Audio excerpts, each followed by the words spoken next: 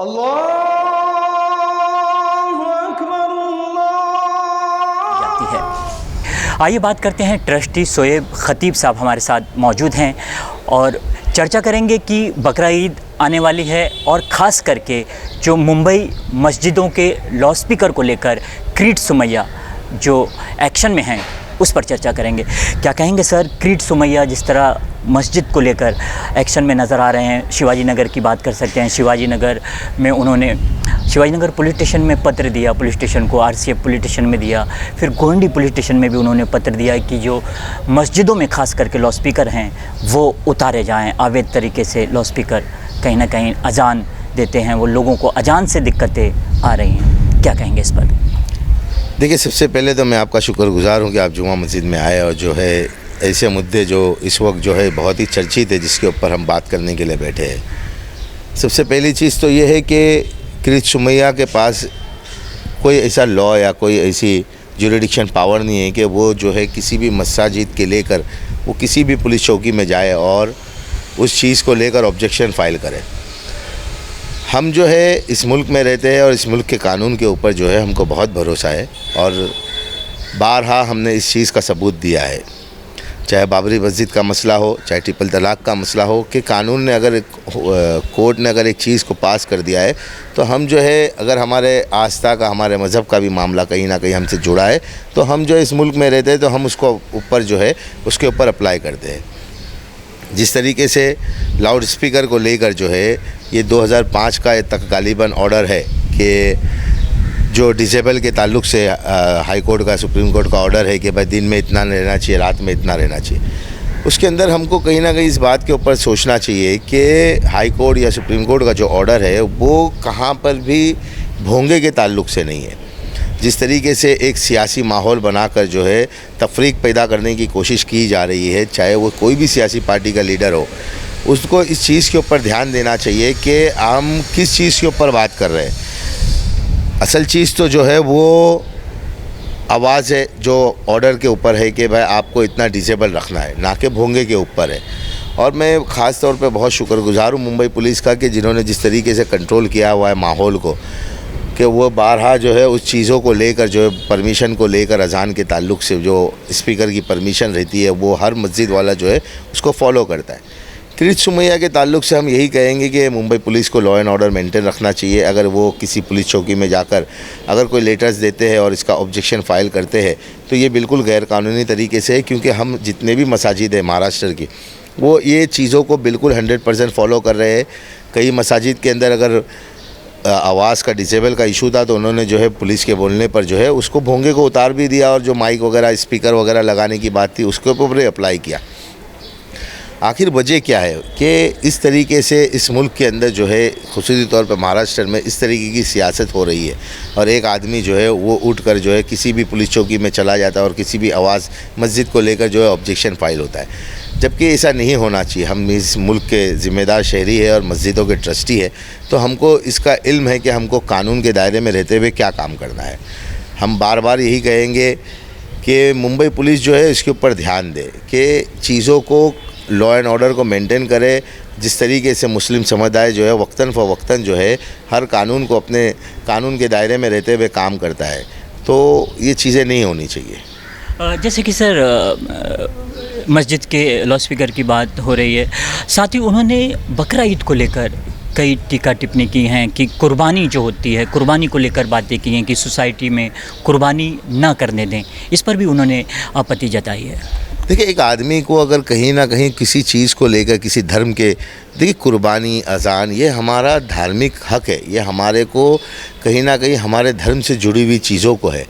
मुझे नहीं लगता कि हिंदुस्तान का किसी मुसलमान जो है वो किसी गैर मज़हब के, किसी दूसरे मज़हब को लेकर जो है किसी चीज़ के ऊपर ऑब्जेक्शन फ़ाइल करता होगा या कहीं पे जो है धरना देता होगा। लेकिन एक मुल्क की खूबसूरती यही थी कि हर मुल्क के, हर मज़हब के मानने वाले अपने धर्म के जितने भी त्यौहार है वो खुशी खुशी मनाते थे। आज जो है माहौल को ख़राब करने के लिए और ये जो गंदी सियासत होती है इसको लेकर जो है वक्तन फ़वक्तन जो है, चाहे वो कुर्बानी के मसाइल को लेकर हो, अजान के मसाइल को लेकर हो या किसी भी चीज़ को लेकर हो, एक तरीके का ऑब्जेक्शन फ़ाइल किया जाता है और जो है अपनी राजनीति को जो है चमकाने की कोशिश की जाती है। जबकि कुर्बानी जो है वो साल में एक बार आती है। सोसाइटीज़ के लिए बीएमसी ने जो है गाइडलाइन इशू की है कि आप बाकायदा ऑनलाइन परमिशन ले, जो है सारी चीज़ों को फॉलो करें कि उसको ओपनली आप नहीं कर सकते हैं।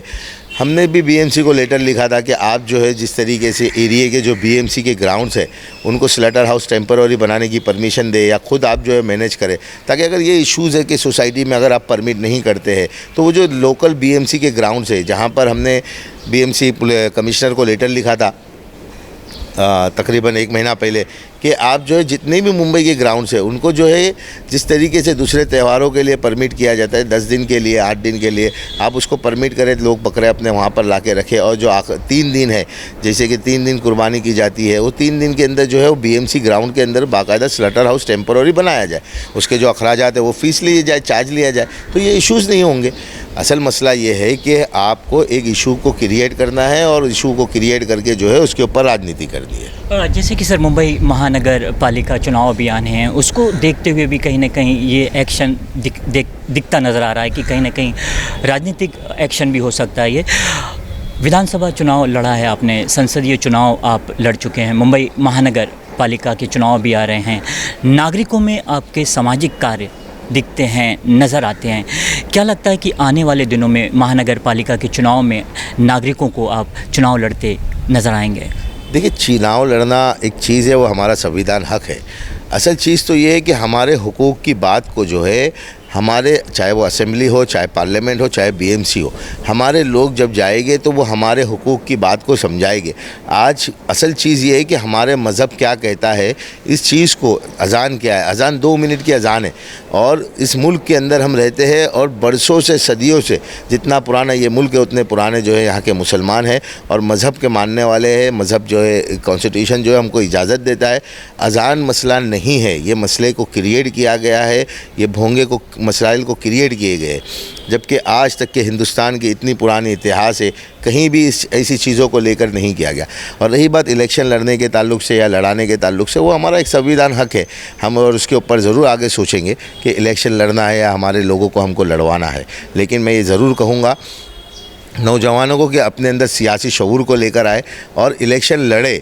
और इलेक्शन लड़ना हमारे लिए क्यों ज़रूरी है, ये इन हालात को देख ले, क्योंकि नए लोग नहीं आएंगे, वही घसी पीटे लोग और वही पुरानी सियासी पार्टियां, वही लोग जो है अपने लोगों को आगे लेकर आएगी। तो यही चीज़ें होने वाली है। जब नौजवान बच्चा, पढ़ा लिखा बच्चा जब पार्लियामेंट में जाएगा, असेंबली में जाएगा, बीएमसी में जाएगा, तो वो अपने मज़हब के लिए स्ट्रांगली बात को रख सकता है। मुद्दे कई हैं, मुंबई करों की बात कर सकते हैं, मुंबई के नागरिकों की बात कर सकते हैं, जो मूलभूत समस्याएं हैं लोगों की जो मिलनी चाहिए असल, वो लोगों को मिल नहीं पा रही हैं। आप जिस तरह लोगों की आवाज़ बन रहे हैं, मुंबई की बात कर सकते हैं, क्या ऐसे मुद्दे हैं जिनको लेकर आप लोगों के बीच जाते हैं, लोगों की समस्याओं को सुनते हैं और उनकी आवाज़ को बुलंद करते हैं और चर्चा में सोशल मीडिया पे भी आप नज़र आ रहे हैं? देखिए, एक कहावत है, आपने भी शायद पढ़ी होंगी, कि 2 लोग जो है कहीं बैठकर बात कर रहे थे और हंस रहे थे। एक तीसरा बंदा वहाँ से गुजरा तो उसने कहा कि भाई आप लोग हंस क्यों रहे? तो उसमें से एक बंदे ने ये कहा कि हम ये इस बात पे हंस रहे थे कि पूरे लोगों को उठा के जेल में डाल देना चाहिए और साथ में जो है एक गधे को भी डाल देना चाहिए। तो जिस बंदे ने सवाल किया था कि आप हंस क्यों रहे, उसने फ़ौरन ये कहा कि गधे को क्यों डालना चाहिए। तो उस बंदे ने ये कहा कि देखिए, लोगों की फ़िक्र नहीं है, गधे की फ़िक्र है। तो मसाइल की फ़िक्र नहीं है, मसले क्रिएट करने वाले सियासी लोग जिस तरीके से अपनी राजनीति कर रहे हैं, उस चीज़ों को लेकर उनकी फ़िक्र है। अरे उनको इग्नोर करो, उनको दरगुजर करो और उनके लिए कानूनी लड़ाई लड़ो, ना कि उस गधे की फ़िक्र करो जो ना हमारे लिए नफ़ेदेह है ना नुकसानदेह है। तो ये चीज़ें जो है, हम इस मुल्क में रहते हैं तो इस मुल्क के अंदर हमको जो है इस चीज़ों को समझना चाहिए और वक्तन फ़वक्तन अपनी बातों को, आप जैसे लोगों के चैनल अल्हम्दुलिल्लाह दुनिया देखती है, सुनती है, अपनी बातों को रखना चाहिए और किस तरीके से हमको हमारी आने वाली जनरेशन को जो है कानून के दायरे में अपने मज़हब के लिए लड़ना सिखाना चाहिए। सवाल कई हैं, मुद्दे कई हैं, वक्त इजाज़त नहीं देता। चलते चलते बकरा ईद है 7 तारीख को, पूरे देश भर के मुसलमान बकरा ईद मनाएंगे, कुर्बानी करेंगे। ऐसे में सर, क्या संदेश आपके माध्यम से रहेगा समाज के लोगों को, जिस तरह कुर्बानी पर कई टीका टिप्पणी आ रही हैं? देखिए, कुर्बानी को लेकर जो है ये हमारा फ़र्ज़ है, मज़हबी फ़र्ज़ है, मज़हबी त्यौहार है।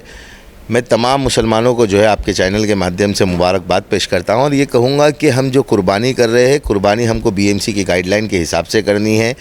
हमको वो गंदगी जो कचरे वगैरह जो है उसके लिए जो डस्टबिन वगैरह जो दी गई है या बीएमसी ने जो सहूलतें दी गई है उसको इस्तेमाल करना चाहिए। हम इस मुल्क में रहते हैं, हम जो है गधे नहीं बनेंगे। जो लोग गधे बन गए हैं और जो दूसरे मज़हब के लोगों के ऊपर आवाज़ उठाते हैं, हमको किसी को आवाज़ उठाने का मौका नहीं देना चाहिए। खुशहाली से इस मज़हब में, इस मुल्क में त्यौहार मनाए जाते थे, मनाए जाएंगे।